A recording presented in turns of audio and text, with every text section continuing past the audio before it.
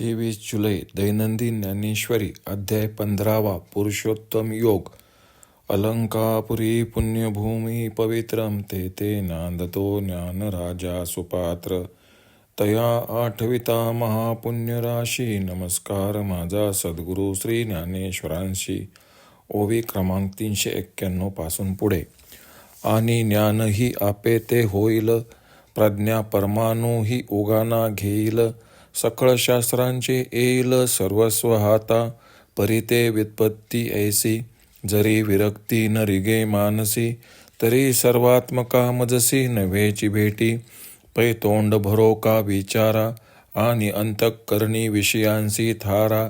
तरी ना तुडे धनुर्धरा त्रिशुद्धी मी, हागा ओसन तयाच्या ग्रंथी. काही तुटती संसार गुंती, की परिवसलिया पोथी वाचली होय. नाना बांधोनिया डोळी, घ्राणी लाविजते मुक्ता फळे. तरी तयांचे काय कळे मोलमान, तैसा चित्ती अहंते ठावो.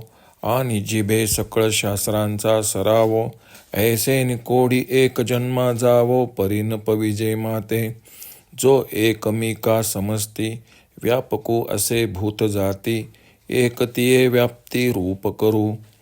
यदादितकत्यं तेजो जगत भासतेऽखिलं, यच्चंद्रमसि यच्चाग्नो तत्तेजो विद्धि मामकम्. तरी सूर्यासकट आघवी, हे विश्वरचना जे दावी. ते दीप्ती माझी जाणावी, आद्यंती आहे. जल शोषोनी गेलिया सविता, ओलांश पुरवितसे जे मागोता. ते चंद्री पंडू सुता ज्योत्सना माझी, आणि दहन पाचन सिद्धी. करीतसे जे निरवधी, ते हुताशी तेजो वृद्धी माझीची गा. गामा विश्वच भूतानी, धारयाम्यम ओजसा. पुष्णामि चौषधी सर्वा, सोमो भूत्वा रसात्मकः. मी रिगालो असे भूतळी, म्हणून समुद्र महाजळी. हे पासूची ढेपुळी विरेचिना, आणि भूतेही चराचरे. हे धरितसे जिये अपारे, ती मीची धरी धरे रेगोनिया.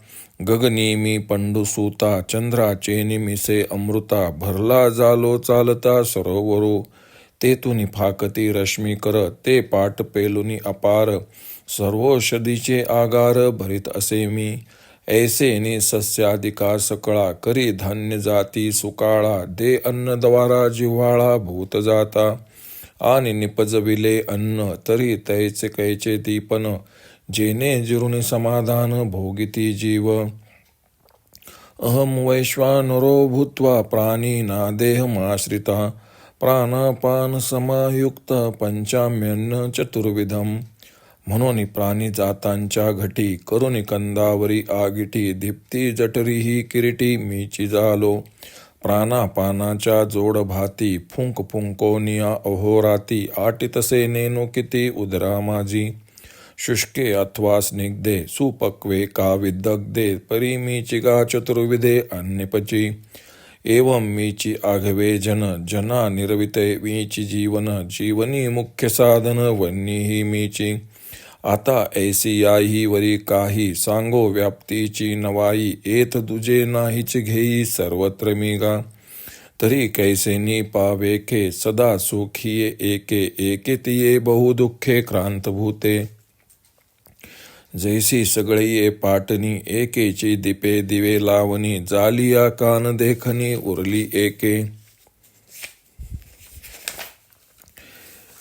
ऐसी हन ओखी विखी, करीत आहासी मानसी की. तरी परिसतेही निकी शंका फेडू. पै आघवा मीची असे, येथ नाही कीर अनारिसे. परी प्राणियांची उल्हासे बुद्धी ऐसा. जैसे एकची आकाशध्वनी, वाद्य विशेषी आनानी. वाचावे पडी भिन्नी नादांतरी, का लोकचेष्टी वेगळाला. झोका एकुची भानू उदेला, तो आनानी परी गेला उपयोगासी. नाना बीजधर्मानुरूप, झाडी उपजाविले आप. तैसे परिणमले स्वरूप माझे जीवा. अगा नेना आणि चतुरा, पुढा निळयांचा दुसरा. नेना सर्पत्वे जालयेरा सुखा लागी. हे असो स्वातीचे उदक, शुक्ती मोती व्याळी विख. तैसा सज्ञानासी मी सुख, दुःख तो अज्ञानासी. श्रीकृष्ण पुढे अर्जुनास सांगतात, इतर ज्ञानाची गोष्ट घेतली तर ते स्वाधीन होणे शक्य आहे, इतके की त्या योगे पृथ्वीवरील मातीचे कणही मोजता येतील आणि सर्व शास्त्रांचे सार हस्तगत होईल.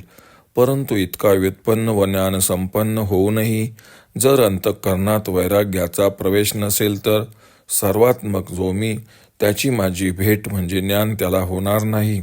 आणखी असे की सर्व शास्त्रे पाठ असूनही अंतःकरणात विषय लालसा असेल तरी अर्जुना माझी त्याला कालत्रयी प्राप्ती होणार नाही.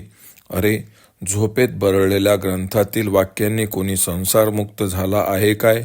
किंवा पोथीचे नुसते रक्षण अगर तिची पूजा करून ती वाचल्यासारखी होईल काय? किंवा डोळे बांधून परीक्षा करण्यासाठी मोती नाकाला लावले तर त्याचे मूल्य अगर महत्त्व कळेल काय?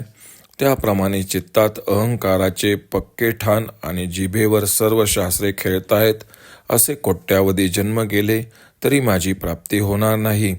जो मी एक सर्व प्राण्यांमध्ये व्यापक आहे त्या माझ्या व्याप्तीचे स्पष्ट वर्णन करू ते एक.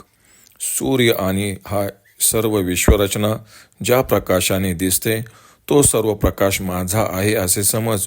तो विश्वरचनेच्या आधी व नंतरही आहेच. अर्जुना, सूर्यपाणी शोषून घेतल्यावर तेथे मागावून ओलावा पुरवणारी जी चंद्रप्रभा ती माझी होय आणि दहन किंवा पाचन करण्याची जी अग्नीच्या ठिकाणची अमर्याद शक्ती ते सुद्धा माझेच तेज होय. मी पृथ्वीच्या खाली प्रवेश केला आहे म्हणून समुद्राच्या महाजलाने हे पृथ्वीरूपी मातीचे ढेकूळ विरघळून जातच नाही आणि ही पृथ्वी ज्या असंख्य स्थावर जंगम भूतांना धारण करते त्या सर्व भूतांना पृथ्वीत प्रवेश करून मीच धारण करतो. अर्जुना, आकाशामध्ये चंद्राच्या रूपाने अमृताने भरलेले चालते सरोवर मी झालो. येथून त्या चंद्रापासून जी किरणे फाकतात तेच कुणी असंख्य ओघ त्यांना धारण करून मी सर्व वनस्पतींचे मळे भरत आहे. अशा प्रकारे सर्व जातींच्या धान्यादी पिकांचे पोषण करून त्यांचा सुकाळ करतो व अन्नद्वारा सर्व भूतांचे मी रक्षण करतो. आणि अन्न जरी तयार केले तरी ते पचून जीवांना समाधान होईल अशी त्यांच्या ठिकाणी पचनशक्ती कोटची असणार. म्हणून पचन व्हावे म्हणून प्राणीमात्रांच्या शरीरात नाभिस्कंदावर आगटी तयार करून अर्जुना पोटातील अग्नीही मीच झालो. प्राण व अपान या वायूंच्या जोडभात्याने अहोरात्र ती शेगडी फुंकून फुंकून पोटामध्ये किती अन्न जिरविले ते सांगता येत नाही. ओली, सुकी, शिजलेली, भाजलेली वगैरे चारही प्रकारचे अन्न मी पचवतो. अशा प्रकारे सर्व प्राणी मीच आहे. त्यांच्या निर्वाहास लागणारे अन्न मीच आहे. अन्न पचवण्याचे मुख्य साधन जो जठराग्नी तोही मीच आहे. आता याहीपेक्षा माझ्या व्यापकपणाची नवलाई तुला काय सांगू? अरे, जगात दुसरे काहीच नाही, सर्वत्र मीच आहे असे जाण. तर मग काही भूतांचे आकार सुखी असावे व काहींचे सदा दुःखाने व्याप्त असावेत असे का? जसे सर्व नगरात एकाच जातीचे दिवे लावल्यास त्यातील काही प्रकाशित होतात तर काही प्रकाशतच नाही असे होईल का? अर्जुना, तुझ्या मनात असे तर्क वितर्क येत असणारच, पण त्या शंकेचे निरसन करतो ते एक. हे पहा, सर्वत्र माझी व्याप्ती आहे अथवा सर्वत्र मीच आहे याबद्दल वादच नाही. परंतु विविधता दिसण्याचे कारण प्राण्यांच्या बुद्धी उपाधीचे वैचित्र्य होय.